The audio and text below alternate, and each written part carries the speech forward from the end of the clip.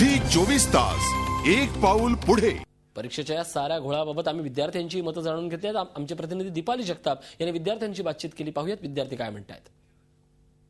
एमपीएससीच्या वेबसाईटचा घोळ अजून सुरूच आहे। उद्या संध्याकाळी 5 वाजेपर्यंत विद्यार्थ्यांना आपले प्रोफाईल अपडेट करायचे आहेत। मात्र आजही विद्यार्थ्यांना अनेक अडचणी येत आहेत। हे प्रोफाईल अपडेट करताना नेमका काय प्रॉब्लेम आहे हे विद्यार्थ्यांकडूनच जाणून घेऊयात।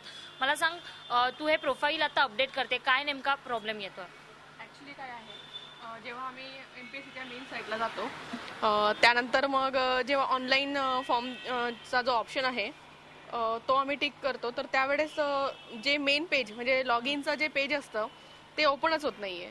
आपण बघितलं की जेव्हा मुख्य वेबसाईटवरून मुख्य पेजवरून जेव्हा प्रवेश प्रक्रियेचा अर्ज भरण्यासाठी विद्यार्थी त्याच्यावर क्लिक करतात तेव्हा हा एरर दाखवला जातोय। आणखीनही काही प्रॉब्लेम विद्यार्थ्यांना दाखवत आहेत, तेही जाणून घेऊया।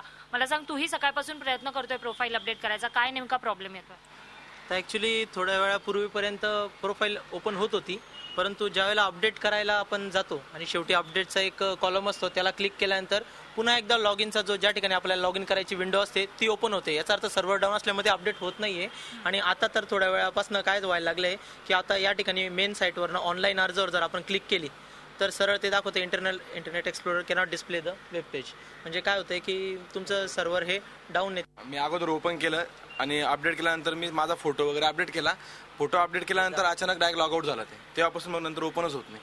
सकाळपासून दोनदा इंटरनेट कॅफेवर जाऊन आलो, तिकडे पण लॉग इन होत नाही, तिकडे पण फॉर्म भरला जात नाही। आणि एमपीएससीचे अध्यक्ष बोलतात की 7 तारखेला एक्झाम होणार म्हणजे होणार। आता ही मुंबईची ही कंडिशन आहे, तर गावामध्ये काय कंडिशन? आता आमचे मित्र उदगीरमध्ये आहे, ते तिथून करतायत, पण तिथे तर होणार नाही। आणि तिथे गावामध्ये एक फॉर्म भरायचा असेल तर तिकडे आता एवढी लाईन लागली आहे की प्रत्येकाला 100 रुपये पे करावे लागतात। आपण बघतोय की जरी उद्यापर्यंतचा वेळ विद्यार्थ्यांना दिला असला तरी त्यांच्याच्याने हे शक्य होत नाहीये। अजूनही अनेक अडचणी येत आहेत विद्यार्थ्यांना हे करण्यामध्ये। त्याच्यामुळे विद्यार्थी आजही सांगतायत अभ्यास सोडून ही सगळी कामं ते करत बसलेले आहेत। त्याच्यामुळे अजूनही ते मागणी करतायत की आमची 7 तारखेची परीक्षा आहे ही पुढे ढकलण्यात यावी।